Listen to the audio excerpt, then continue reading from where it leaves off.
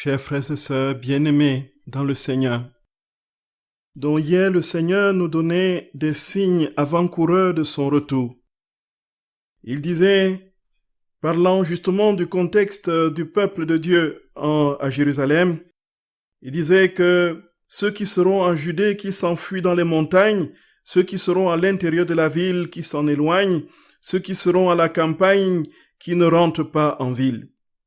Car ce seront des jours où justice sera faite pour que soit accomplie toute l'écriture. Quel malheur pour les femmes qui seront enceintes et celles qui allaitaient en ce jour-là. Il y aura un grand désarroi dans le pays, une grande colère contre le peuple. Ils tomberont sous le tranchant de l'épée. Ils seront amenés en captivité dans toutes les nations. Jérusalem sera foulée aux pieds par des païens jusqu'à ce que leur temps soit accompli. Il y aura des signes dans le soleil, la lune, les étoiles. Sur terre, les nations seront affolées, désemparées par le fracas de la mer et des flots. Les hommes mourront de peur dans l'attente de ce qui va arriver au monde, car les puissances des cieux seront ébranlées. Et dans le texte de l'évangile d'aujourd'hui, le Seigneur nous dit, c'est les signes qui montreront que j'arrive. Frères et sœurs bien-aimés, il nous dit en plus que cette génération ne passera pas avant que ces paroles s'accomplissent.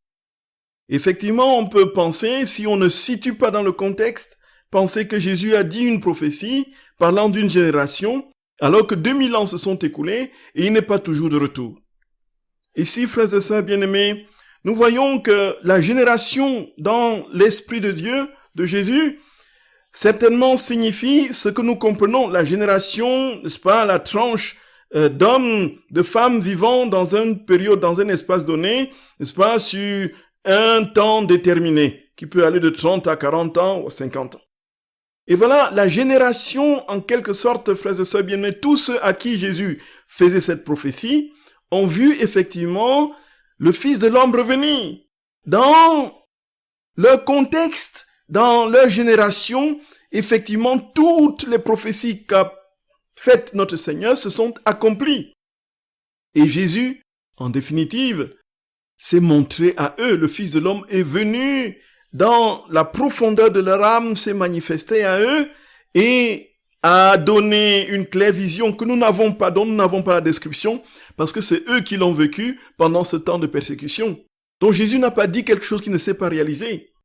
Mais il y a une chose, frères et sœurs bien-aimés, ça c'est la première interprétation. La deuxième, c'est que le mot génération dans l'Esprit du Seigneur peut signifier bien autre chose, autre que la perspective humaine de la génération, qui s'étend sur quelques années, mais qui peut, naturellement, qui vient maintenant puiser dans sa stabilité, dans son temps unique et éternel.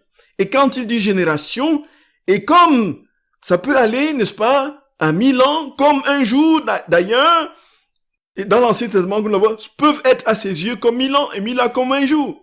Tout est dans une réalité qui est portée par son éternité. De sorte que nous ne pouvons pas, frères et sœurs bien-aimés, nous aventurer sur ce terrain sans avoir quelques désagréments et quelques mauvaises surprises. Tout simplement parce que nous n'aurons jamais la possibilité de saisir avec exactitude ce que Dieu veut dire, ce que Jésus veut dire dans ces textes-là, dans ces différentes prophéties.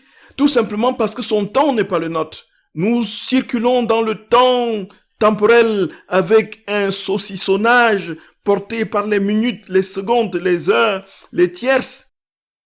Et lui, il vit dans un temps qui est son temps à lui, qui est la plénitude de son temps, qui est éternel et qui se manifeste dans son immensité.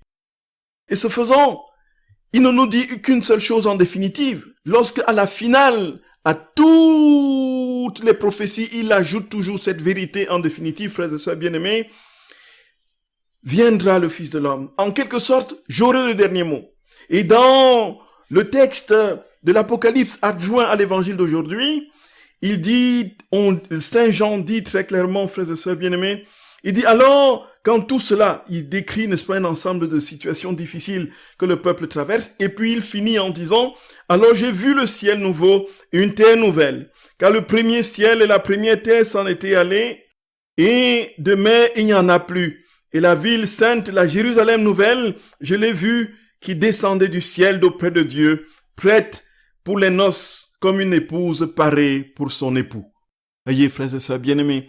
En définitive, voilà ce qui nous attend en dépit des vicissitudes de ce monde et des situations critiques que nous avons traversées, que nous traversons et que nous traverserons immanquablement.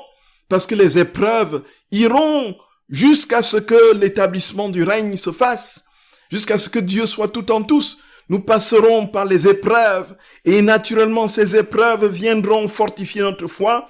Et en définitive, le Seigneur dit, descendra la Jérusalem céleste et nous serons parés comme une épouse pour son époux. Nous serons donc immergés dans cette plénitude de vie de Dieu.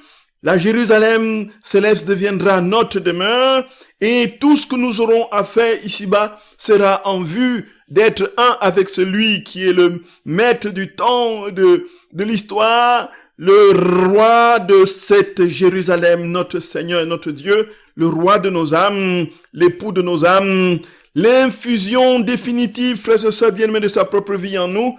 Voilà la Jérusalem céleste. Au fond et en définitive, Jésus nous dit, les épreuves te préparent à l'établissement de mon règne dans ton âme. Les épreuves te préparent à l'établissement de ma vie divine au cœur de ton histoire. Les épreuves sont là pour que tu aies le regard continuellement tourné vers moi, pour que je vienne ensemencer ma vie divine en toi, pour que tu sois comme moi, un avec moi éternellement. Frères et sœurs bien-aimés, qui nous donne cette ferme assurance et cette paix profonde, quel que soit ce que nous avons encore à vivre, et qui nous donne d'avoir cette confiance absolue en lui et cette certitude qu'il a le dernier mot sur tout ce que nous aurons à vivre. Qu'il nous bénisse et nous garde, lui qui est Père, Fils et Saint-Esprit. Amen.